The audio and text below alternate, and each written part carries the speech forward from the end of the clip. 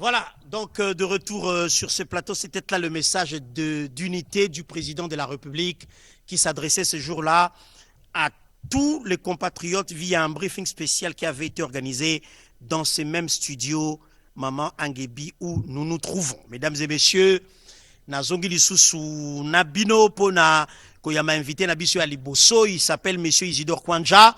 J'ai le réel plaisir de le faire venir sur ce plateau parce que j'ai décidé de puiser en lui ce qu'il a pour la Kosunga Bisoto qui est vers réflexion. Monsieur Isidore, bonjour et bienvenue. Merci beaucoup. Alors, je vais avoir vos premières impressions sur Congolais, tellement que vous suivez depuis quelques mois à distance. Oui, je vous suis régulièrement et aux heures tardives. J'apprécie vraiment le travail que vous faites pour sensibiliser l'opinion congolaise, pour que tout le monde comprenne que Bitumba Oyo Ezali Yabiso Nyonso. Et le président de la République est en train de se battre justement pour na alongola biso na boumbu Oyo Bachaki Biso. Et pour cela, nous devons tous travailler, nous devons tous contribuer pour libérer effectivement notre pays. Et le travail que vous faites est vraiment très très apprécié. Et tout à l'heure, je vous ai suivi, vraiment j'ai senti que vous êtes un patriote. Merci beaucoup. Alors, nous parlons aujourd'hui de cette solidarité mondiale, ou que dis-je, je la réduis à une solidarité francophone, parce que nous sommes un grand pays qui contient ou qui possède un grand nombre de locuteurs de la langue française. Nous avons des défis qui sont devant nous, et depuis 30 ans, nous n'avons pas retiré notre pays comme membre de l'Organisation internationale de la francophonie. Nous sommes signataires de la Charte des Nations Unies aussi et de l'Union africaine, mais en tant qu'État, en tant que peuple, à chaque fois qu'un problème nous arrive, les pays frères, les États membres, dans des organisations sous-régionales ou internationales, ont un mot à dire sur ce qui nous arrive. Que pensez-vous aujourd'hui de la solidarité francophone dans ce contexte de guerre et d'agression que le Congo subit depuis plus de 30 ans? Oui, ce que je peux dire d'emblée, c'est que nous sommes membres de l'Organisation internationale de la francophonie. Nous avons adhéré à cette organisation. Aujourd'hui, en termes de population, nous sommes le plus grand pays. Même si en termes de locuteurs, nous venons après la France, mais en termes de population, nous sommes le plus grand pays et nous avons un mot à dire au sein de cette organisation-là. La solidarité, je voudrais d'abord faire la part des choses. C'est que l'Organisation internationale de la francophonie est une organisation intergouvernementale. Okay. Donc, ce sont les États et le gouvernement qui sont membres de cette organisation-là. Bien sûr qu'il y a un secrétariat général ou il y a un secrétaire général, mais qui est passager. Donc, il fait un mandat qui gère au quotidien la structure. Qui gère au quotidien, l'organisation. Qui a un mandat de 4 ans qui peut être renouvelé une fois ou 2 fois, dépendamment parce que la charte n'a pas été très claire pour limiter. Pour limiter, oui. Mais ce qui est vrai, c'est que la solidarité des États francophones est là. L'organisation a toujours reconnu la souveraineté et l'intégrité territoriale de la République démocratique du Congo. Okay. Je prends pour exemple, quand on a organisé les Jeux de la francophonie, on a senti cette solidarité-là. Quand bien même j'ai entendu plusieurs fois ici au niveau national des gens dire que voilà, on doit sortir de cette organisation-là, on ne peut pas sortir de cette organisation-là. Parce que si nous sortons de cette organisation-là, nous perdons quelque chose. Parce qu'en étant membre de cette organisation-là, nous pouvons faire changer les choses à l'intérieur. Et pour revenir à la solidarité, je vous donne un exemple. Au mois de juin 2023, à 1 mois des Jeux de la francophonie, nous avons participé à un conseil permanent de la francophonie qui s'est tenu à Paris. C'était le dernier avant les Jeux de la francophonie. Et à l'issue de ces conseils, ça passait ou ça cassait. Nous avons présenté les avancées qui étaient faites au niveau de l'organisation, au niveau de la construction des infrastructures. Et les États ont dit, la RDC est un grand pays, nous sommes convaincue qu'elle va organiser cet événement et nous ne pouvons pas lui priver cela, d'autant plus que nous voyons l'implication personnelle du président de la République. Vous avez vu plusieurs fois, il a fait des descentes, une journée entière pour visiter les chantiers. Il s'était impliqué personnellement parce que c'est lui qui a accepté que cet événement est lié à Kinshasa. Aussitôt élu, quelques mois après, il accepte d'accueillir les Jeux de la francophonie. Donc il y a cette solidarité-là. Si nous regardons les grands pays de la francophonie, le Canada par exemple, vous allez vous rappeler qu'en mars 2025, a pris une décision en condamnant fermement l'agression rwandaise sur le territoire congolais et a dit qu'il pouvait refuser de participer à tous les événements internationaux organisés au Rwanda ou par les Rwandais. Ou par les Rwandais. Donc, c'est un geste fort qui montre que cet État-là, qui est membre de la francophonie, soutient et ou est solidaire avec la RDC. Sinon, on prend le cas de la Belgique. Vous avez suivi dernièrement, toujours en 2025, la Belgique s'est opposée et a condamné fermement l'agression rwandaise. En conséquence, le Rwanda a coupé les relations diplomatiques, a même expulsé les diplomates belges. Donc, ça montre la solidarité d'un État membre de la francophonie qui prend position pour la RDC, qui condamne l'agression. La résolution, vous avez parlé tantôt de la résolution 2773. Parmi les rédacteurs principaux, nous avons la France. C'est un membre éminent de la francophonie. Donc il y a cette solidarité-là. Quand nous sommes allés au sommet de la francophonie en octobre 2024 à Paris, la RDC a lancé un appel de solidarité des États francophones pour condamner l'agression rwandaise. Et on a acté qu'on allait envoyer une mission d'information pour s'enquérir de la situation et voir qu'est-ce qui peut être fait. Parce que vous savez, parmi les missions de l'Organisation internationale de la francophonie, il y a la promotion de la démocratie, de l'état des droits de la personne, des droits de l'homme, mais il y a aussi, donc l'OIF a aussi pour mission de faire la médiation lorsque les États membres sont en conflit. Et ça doit être fait. Et c'est pour ça que la RDC avait lancé un appel pour demander aux États que ce n'est pas normal que les États membres de l'organisation puissent se faire la guerre. Et cette mission a été dirigée par les représentants... Pour dire mieux qu'un État membre agresse un autre État membre. Un autre État membre.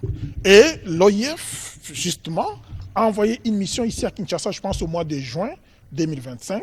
Cette mission était conduite par l'ambassadrice de la Confédération helvétique, qui est en même temps le représentant personnel du président de la Confédération helvétique, ici à Kinshasa. Ils étaient accompagnés, je pense, il y avait les Marocains, il y avait aussi la Côte d'Ivoire qui faisait partie de cette mission-là. Ils sont venus, ils ont pris les éléments, ils sont allés à Lomé, parce que vous savez, au niveau de l'Union africaine, il y a les Togo qui nous accompagnent dans la médiation. Oui. Puis ils sont venus ici chez nous, ils sont allés au Rwanda. Mais là, il faut dire aussi qu'il y a ce que nous demandons aux États membres de faire et ce que nous aussi, nous devons faire aussi faire en tant qu'État membre de cette organisation. État victime d'ailleurs. En tant que membre de cette organisation. Parce que à l'OIF, tous les États membres ont un Sherpa. Donc, c'est un représentant personnel du chef de l'État. Donc, chaque État a son Sherpa. Il est là pour veiller aux intérêts de son pays. Mais c'est à quel niveau de représentation? Parce que l'OIF en elle-même a trois instances, c'est bien ça? Voilà, justement. Donc, la charte de la francophonie a institué 3 instances politiques. Okay. Il y a le sommet des chefs d'État, qui est l'instance suprême, qui réunit tous les chefs d'État et les gouvernements membres de la francophonie tous les 2 ans. Et ce sommet a lieu généralement 2 jours pour prendre les grandes résolutions, les orientations, notamment aussi pour voter donc le secrétaire général et aussi parce qu'il y a des pays qui veulent adhérer à l'organisation. Ce sont les chefs d'État qui vont décider à l'issue d'un sommet pour dire bon voilà, nous acceptons, parce que vous savez au niveau de l'organisation, il y a les États membres, il y a les États associés et il y a les États observateurs. Donc, il y a cette instance-là. Deuxième instance, c'est la conférence des ministres de la francophonie, qui réunit les ministres des Affaires étrangères ou les ministres ayant la francophonie dans leurs attributions, donc une fois l'an. Okay. Et il y a la troisième instance, c'est le Conseil permanent de la francophonie. Et cette instance-là est importante parce que c'est à l'image d'un conseil d'administration. C'est à l'image d'un conseil d'administration et ils doivent veiller à ce que les décisions qui ont été prises par les chefs d'État soient exécutées. Ils doivent veiller à ce que les budgets qui ont été adoptés soient mis en œuvre. Ils doivent, et c'est eux qui préparent les sommets. Parce que pour avoir dirigé les Jeux de la francophonie, j'ai assisté pendant les préparatifs à toutes les réunions du Conseil permanent parce que la RDC devait régulièrement présenter l'état d'avancement, des préparatifs, la construction des infrastructures. Et à cette occasion, j'accompagnais toujours, à l'époque, c'était Mme Isabelle Tchombé, puis après c'est devenu Mme Bestine Kazadi. J'accompagnais toujours pour présenter l'état d'avancement des préparatifs des Jeux de la francophonie, la construction des infrastructures, ainsi de suite. Donc, c'est vraiment l'instance qui suit de près la gestion de l'organisation par la secrétaire. Et c'est cette instance qui devrait traiter du rapport de la mission envoyée à Kinshasa, à Kigali et à Lomé. Oui, justement, c'est parce qu'après, quand la délégation est rentrée à Paris, puis on ne sait pas qu'est-ce qui s'est passé. Peut-être qu'on a rangé ça dans les tiroirs. Et ça, pourquoi? Parce qu'il n'y a pas un représentant de la RDC là-bas pour dire, écoutez, vous êtes allés, vous avez fait une émission, vous avez relevé les situations qui se passent dans ce pays-là, vous avez vu la souffrance de ce peuple qui réclame la paix. Et qu'est-ce qu'on en a fait? Et qui peut faire ça? C'est les représentants du pays qui doivent veiller à ce que les intérêts de son pays soient pris en compte. Au Conseil permanent lors des débats. Au Conseil permanent lors des débats. Et comme actuellement, le sommet va avoir lieu au mois de novembre, les représentants personnels des chefs d'État et de gouvernement sont en train de travailler pour préparer ce sommet, sont en train de préparer la rédaction de la déclaration finale. Et la déclaration finale du sommet, c'est là où on répertorie tous les problèmes des différents pays membres de la francophonie. Ouais. Si nous ne sommes pas là, quand ils sont en train de rédiger... Ce qui est le cas maintenant, là on n'est pas là. Quand ils sont en train de rédiger cette déclaration, vous pensez qu'en novembre, on va parler de la RDC? Certainement pas. Pourquoi? Parce que les représentants personnels, ils sont là pour veiller aux intérêts de leur pays. Donc si nous décidons de ne pas avoir quelqu'un dedans ou de ne pas participer, ben nous allons assumer qu'est-ce qui va être décidé. Nous allons subir ce qui sera dit en novembre. Ce qui sera dit en novembre. C'est pour ça qu'il est vraiment, vraiment important que nous soyons, nous voulons diriger cette organisation. Nous devons être présents dans toutes les instances. Et nous devons jouer notre rôle. Et comme on l'a dit, nous sommes les plus grands pays et on doit les ressentir dans notre participation au sein de toutes les instances de la francophonie. Donc, en vous entendant parler, on peut rassurer à l'opinion nationale que le Congo n'a pas été abandonné par l'OIF dans ce contexte de guerre. Pas du tout, n'a pas été abandonné par l'OIF. Comme je l'ai dit, l'OIF, c'est une organisation intergouvernementale. C'est vrai que l'actuel secrétaire général, qui est d'origine rwandaise, cela peut donner l'impression, ou ce qu'on voit, que les juges est parti. Oui. C'est tout à fait normal.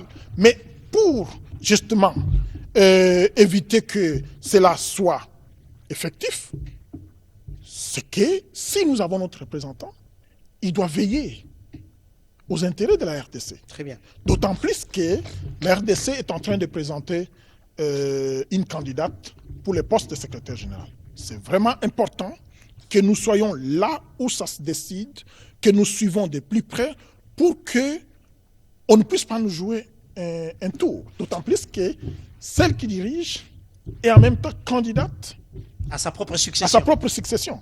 Donc, s'il n'y a pas quelqu'un qui veille aux intérêts de la RDC, ben, qu'est-ce qui va arriver? Donc, sur les deux dossiers, l'un doit avoir une priorité sur l'autre. Nous portons l'ambition de diriger la structure, Oui. mais nous devons combler le vide administratif et politique au sein du Conseil permanent de la francophonie pour que notre représentant à nous veille aux graines quand on fait des débats autour des questions liées à tous les États membres, dont la République démocratique du Congo. Justement, c'est parce que, comme actuellement je vous dis, les membres, donc tous les Sherpas, ils ont leur groupe, ils partagent les documents, ils préparent les sommets de novembre, ils préparent la rédaction du communiqué final, de la déclaration la finale. déclaration finale, ouais. Et pendant ces temps, ben, nous, on n'est pas associés à toutes ces tractations, à la rédaction de tous ces documents. Mais qu'est-ce qui va être présenté en novembre? Le représentant, il est nommé par le ministre ou par ordonnance? Il est le représentant personnel du chef de l'État. Okay. Il est nommé par par ordonnance présidentielle. C'était Madame Isabelle Tchombé qui était là pendant longtemps, à peu près une vingtaine d'années. Après elle, c'est Madame Bestine qui est arrivée. En mai 2024, quand elle est entrée au gouvernement, le poste est resté vacant. Et maintenant, avec la candidature de la RDC, avec les préparatifs du sommet, il y a vraiment nécessité que nous ayons un Congolais au sein de cette instance pour participer à la rédaction de la déclaration finale, pour participer à la préparation du sommet et pour que nous ne soyons pas surpris au sommet. En novembre, qu'on nous oublie. Dans la déclaration finale, qu'on n'ait rien parlé de la RDC alors que nous sommes le plus grand pays francophone, alors que nous sommes agressés, alors que celui qui nous agresse est un pays membre de la francophonie aussi.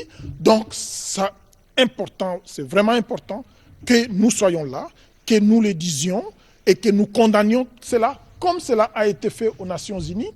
Avec la résolution, on a nommé les Rwandais, on l'a sommé de quitter le territoire national et ça devrait être fait de la même façon au niveau de la francophonie. Et pour cela, nous devons être dedans.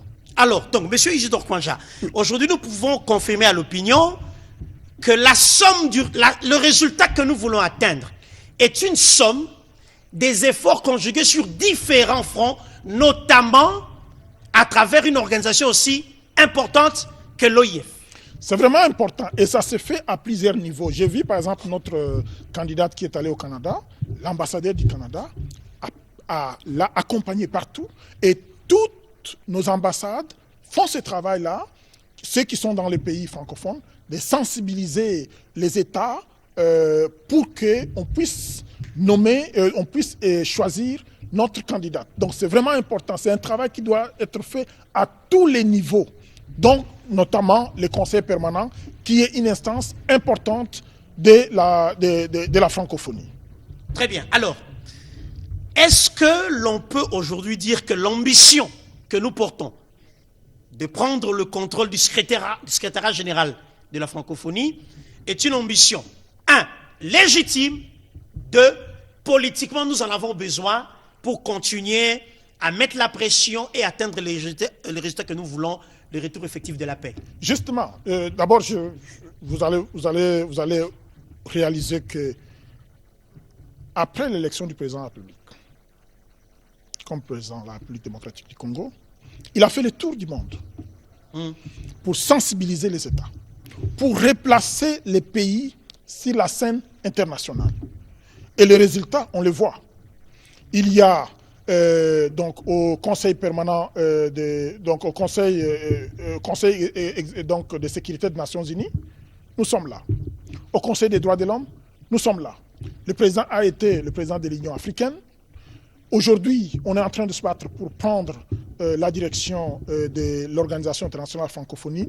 Ça montre que le pays est en train, avec le président Tshisekedi, on est en train de replacer la RDC sur la scène internationale comme un acteur important. Alors, question, vous êtes un intellectuel congolais. Oui. Comment vous sentiez-vous, il y a encore 15-20 ans, dans votre peau d'intellectuel et d'élite congolaise, que votre pays, aussi grand qu'il est, avec tout le potentiel qu'il détient, que nous soyons effacés de la carte du monde? Comment vous sentiez-vous il y a quelques années encore? On était vraiment humiliés, ça on doit le dire. Et aujourd'hui, on est fiers d'avoir un fils du pays qui est en train de replacer les pays sur la scène internationale. Aujourd'hui, dans toutes les rencontres internationales, la RDC est présente et on parle de la RDC. Et vous savez, dans plusieurs domaines, nous sommes un pays solution à beaucoup de problèmes. Comme on l'a été pour mettre fin à la guerre mondiale avec notre uranium. Oui, notre uranium. Encore aujourd'hui, pour toutes les questions qui touchent donc au changement climatique, nous avons une solution. Nous devons jouer ces rôles-là. Et avec le président Tshisekedi, on est en train de jouer ces rôles-là. Aujourd'hui, on est respecté. Aujourd'hui, on est considéré. Et aujourd'hui, on est fier. Ce qui n'a pas été le cas il y a quelques 10 ans, 20 ans passés. On était vraiment humiliés de voir que nous sommes un grand pays, mais nous ne sommes pas là où ça se décide. Aujourd'hui, nous sommes là. Alors, vous n'êtes pas politique, ça je le rappelle ici, mais nous subissons, vous et moi, les dictats des acteurs politiques. En cette période très décisive où le pays est en train de se replacer dans la sphère mondiale, qu'est-ce que vous pouvez recommander aux acteurs politiques qui sont à la première ligne de la gestion quotidienne de l'État et de la gestion des tensions entre politiciens dans l'objectif de pouvoir concourir au pouvoir, ce qui est un droit légitime au nom de la démocratie. Pensez-vous que l'unité, c'est la seule clé qu'il nous faut pour faire monter ces pays? Vous l'avez dit, sans unité, on ne peut rien faire. Et ça, c'est ce que nous recherchons. Peu importe que vous soyez du pouvoir, que vous soyez de l'opposition, vous êtes en train de vous battre pour un pays, un même pays. Vous êtes en train de vous battre pour un même peuple. Donc, il y a des dossiers sur lesquels vous devriez être unis. Je prends l'exemple, j'ai vécu quelques années au Canada.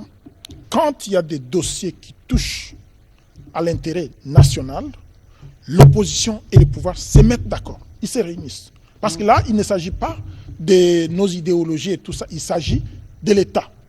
Vous êtes dans l'opposition, vous vous battez pour que vous veniez diriger ce pays, pour que vous veniez diriger ce peuple.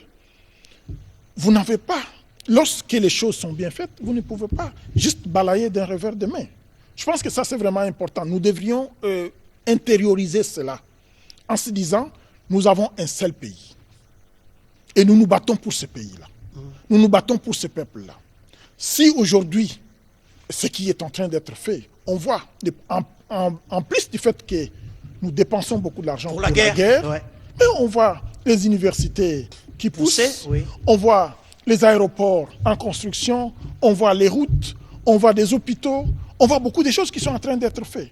Et ça, en tout cas, les gens de bonne foi devraient reconnaître cela, appuyer cela, soutenir cette action-là, parce que ces infrastructures-là, aujourd'hui, tous ces gens-là, même ceux qui sont de l'opposition, ils prennent l'avion, mais ils passent par où? S'il n'y a pas les aéroports qui sont construits. Qui sont construits quand ils sont malades, bien qu'il y en a qui vont se faire soigner à l'étranger, mais même les premiers soins, ils les ont ici. Ils les ont ici, leur famille, c'est ici. Les enfants, ils fréquentent les universités, les écoles ici. Vous savez, avec la gratuité de l'enseignement, 5 millions d'enfants ont repris le chemin de l'école. qui n'avaient plus les moyens, parce que les parents n'avaient plus les moyens de payer les frais de scolarité. Aujourd'hui, ils peuvent aller à l'université, ils peuvent aller à l'école primaire gratuitement et préparer leur avenir. C'est important. Tout cela, on doit quand même avoir la reconnaissance du travail bien fait. Quand c'est bien fait, on dit ça c'est bon. On appuie.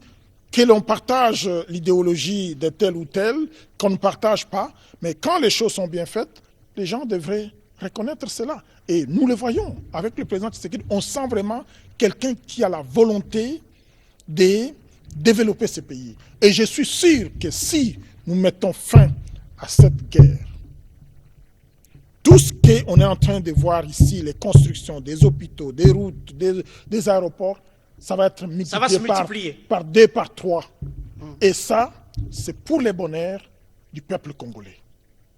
Alors, mais entre-temps, il y a certains de nos frères, congolais comme vous et moi, oui, avec 2 oreilles, 2 narines et un sang rouge qui coule, qui décident de prendre les armes contre le peuple tuant, pillant, violant, exploitant de manière illicite nos minerais.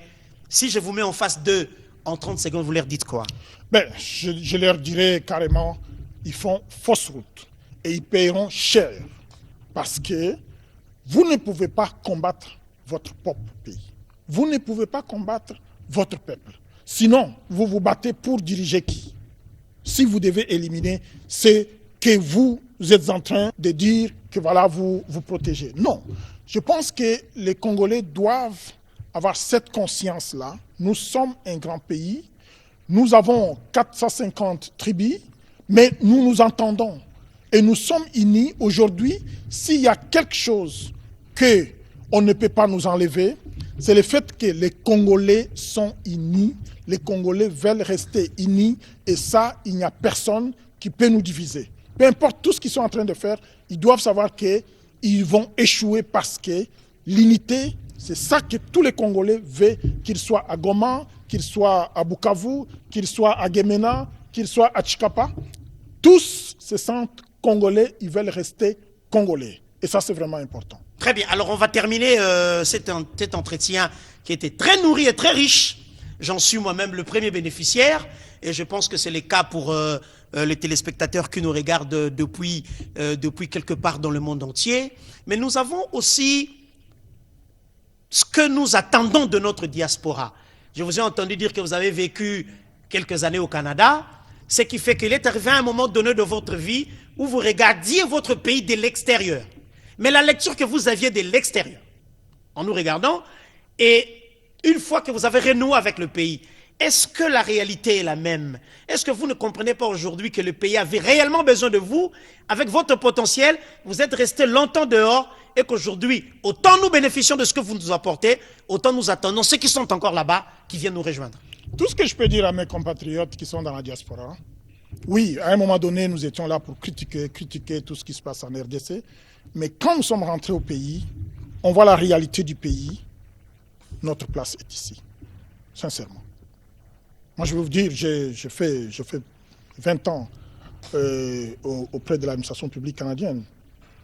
Quand le président de la République m'a demandé de venir ici organiser le Jeu de la francophonie, je n'ai pas hésité un seul instant. Et je suis venu et j'ai fait le travail et je pense que le résultat, tout le monde l'a vu. Et c'est ce que nous demandons à nos amis de la diaspora.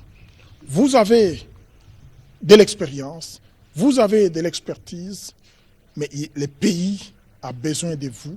Apportez cette expertise, apportez vos expériences pour que nous puissions ensemble reconstruire ce pays. Très bien. C'est vraiment important. Très bien, merci à vous d'être venus. C'était donc là M. Isidore Kwanja. Nous parlions tout à l'heure avec lui de la solidarité francophone et on a abordé différents aspects des efforts qui sont déployés par le président de la République, notamment au plan diplomatique, pour pouvoir replacer le pays à l'endroit où il est censé être et travailler pour nous conduire vers le retour effectif d'une paix durable en République démocratique du Congo. On va marquer une pause avant de prendre notre dernier invité et ça sera ceci.